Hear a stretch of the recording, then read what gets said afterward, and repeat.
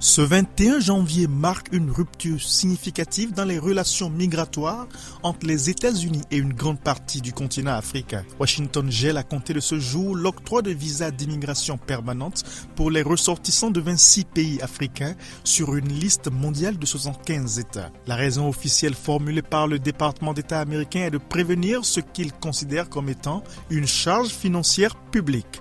L'administration Trump estime que les ressortissants de ces nations, une fois établis aux États-Unis, bénéficient d'aides sociales à un niveau jugé excessif.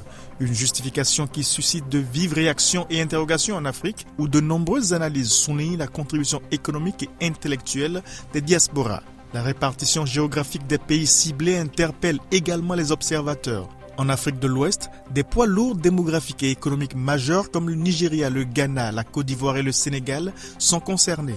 L'Afrique centrale voit le Cameroun et les deux Congos figurer sur la liste. La mesure englobe également la quasi-totalité de l'Afrique du Nord et plusieurs pays de la Corne de l'Afrique. Sur le plan pratique, la suspension frappe spécifiquement les catégories de visas menant à la résidence permanente, notamment ceux dédiés au regroupement familial ou à l'emploi. Les consulats américains continuent de recevoir les demandes, mais aucun visa de ce type ne sera délivré pendant la durée du gel.